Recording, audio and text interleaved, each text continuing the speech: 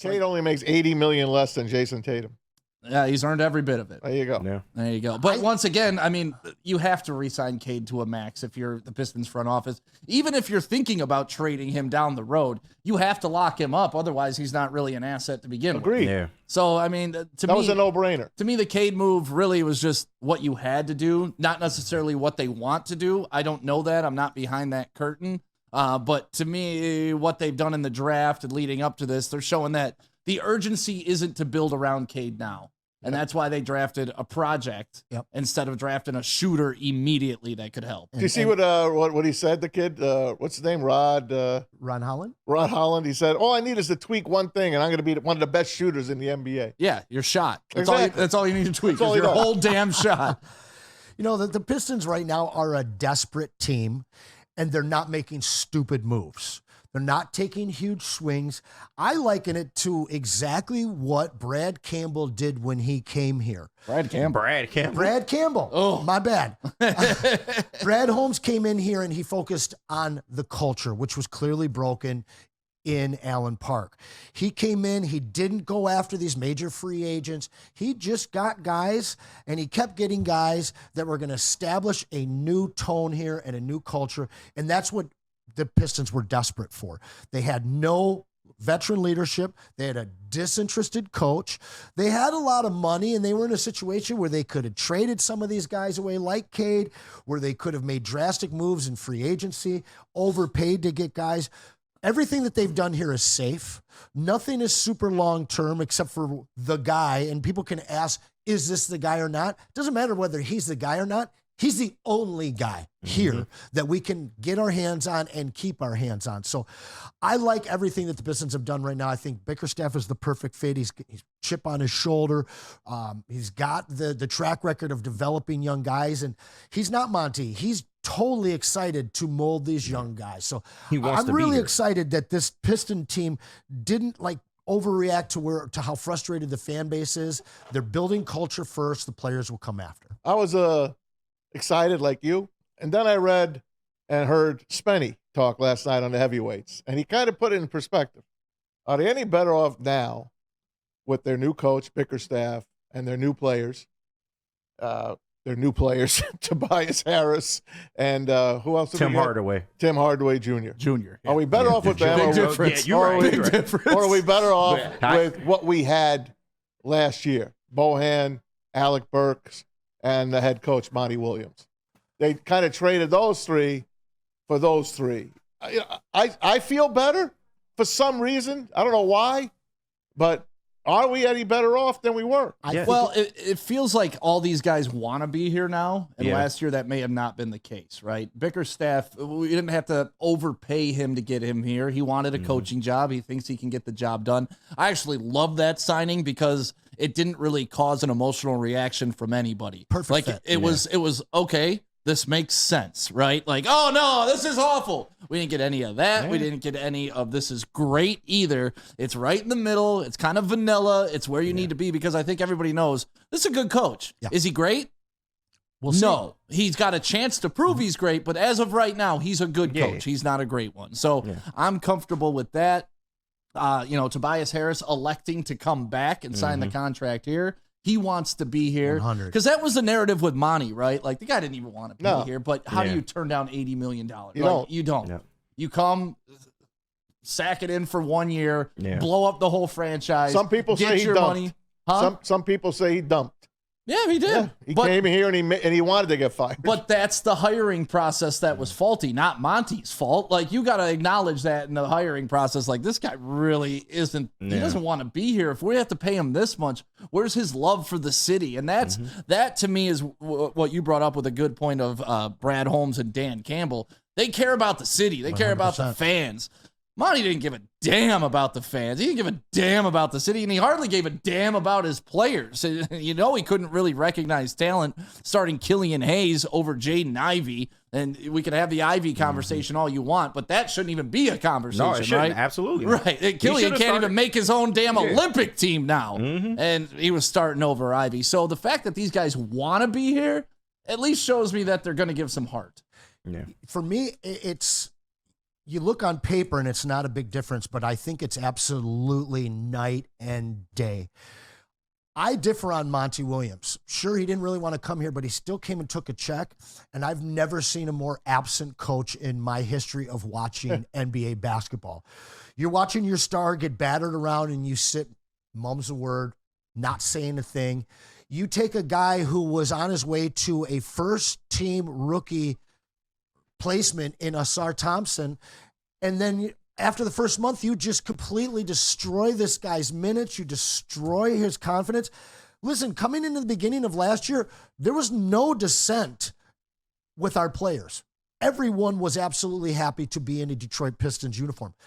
But that team, it looked like a fifth grade high school coach or fifth grade coach was running this team. No one knew what was up or what was down. No one knew who was going to be starting or playing game to game, much less week to week. There was such a lack of leadership that I think that somebody like JB Bickerstaff coming in here and embracing this, Cade knowing his future, as well as his supporting cast understanding their future, and having a couple of veterans that aren't ready to get out of here, but instead signing up to be here.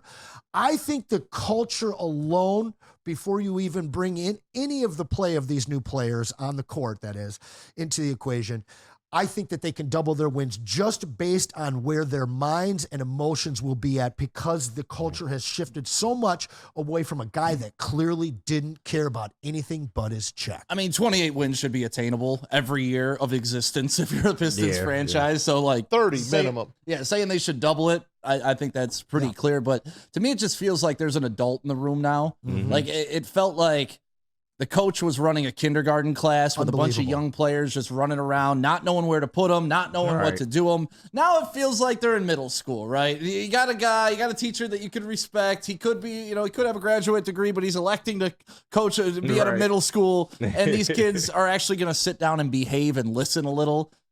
Last year was just, it was the worst season in franchise history, not only record-wise, but just everything-wise. Like, it seemed like it just destroyed every minor step forward that the Pistons had or were taking. Like, okay, Cade put up better stats, but outside of that, everything about that season should be burnt and forgotten about. Yeah. Listen, man, when you draft so poorly, like they have drafted over the years. But they haven't lately. But listen, you got a guy that just got paid, a guy that JB Bickerstaff just coached in Donovan Mitchell. 3 years, $153 million. He just got the extension. So he's staying in Cleveland. It's too bad JB couldn't bring him over here. It's too bad we drafted Luke Kennard. Exactly. This was a guy that could have been here. So I want you to go back, and I want you to think about this Pistons team if they had Donovan Mitchell and if they had Tyrese Halliburton with those two picks. Better. All right, and you really want to go back even further, there's a lot of other guys we missed on. Yeah, you could do that, though, with every team and every draft. But just those two players, on those two teams, the Pacers, now one of the best teams in the East. The Cavs, they're closing in on being one of the best teams. Yeah. But just to play devil's advocate, Donovan Mitchell, to me, is a standoff. Like, that's a one-off. But the Halliburton trade, if you draft Halliburton, you don't have Cade. Right? Yeah. Because you're going to have better win total that year. You're probably not going to win the lottery that year. So that's the question. Would you rather have a Halliburton and no Cade, or would you like it the way it is right now? I'd rather have taken the roll of the dice with Halliburton and see how far they could have gotten and see what kind of team they could have put together then. Listen, if you go back on woodwardsports.com, I wrote articles back then about why the Pistons should draft Tyrese Halliburton. I sent it to Anson. I think it was early this year. Yeah. And in it, I was like, the guy's got a funky shot, but if he can get that off in the NBA, he's going to be a star. And then when we did our live draft party, I was screaming for Halliburton. We had some inside information that the Pistons were going to take a foreigner. We thought it was going to be that big dude out of Spain. I forget his name. Glad they didn't take him either. He ain't even in the league. Didn't matter anyway. But the foreigner that they picked just did not work out. And this is the game you play, right? If you're a GM, that's the gamble. Like, that's how serious these picks are. It's not about just this year. It's about your entire future. Yeah. And that's why, we can keep going back, and it's so nice that we can keep leaning on the Lions for some goodness in Detroit sports. Finally. But it like when you double and triple down like Brad Holmes has been able to do at the draft and get 2-3 starters out of each draft, it expedites the growth process so much faster. Because, the Lions have had 2 first-round picks before, and what do? They go get Matthew Stafford, and then they get Eric Ebron. Yep. Okay, well, you hit on 50% of it. But that's not good enough. If they hit on Ebron and Aaron Donald, oh my God, the difference that would have made for the Lions franchise. But they passed on him. So when you have these opportunities to have multiple first-round picks and you cash in on them, it's leaps and bounds. Like you're literally putting yourself years ahead if you can do this. Yeah, and carry you through an entire decade just landing 2 correct players, whether you keep them or whether you trade one. You look at where Boston is right now, and I know they put a lot of money on it. Could prevent them from being able to keep that team together to be able to establish a dynasty, but it's absolutely invaluable and franchise changing. All you have to do is hit 2 guys. We hit Halliburton. Sure, we don't have that number 1 pick, but then maybe you come back, you get a guy like Keegan Murray. Now your foundation is completely different. Yeah, no, you're going Mobley that next year maybe at the 3 spot. And probably now you was have Halliburton the pick, and Mobley. To be quite honest with you. Might have been the pick, to be quite honest with you. Even over Cade?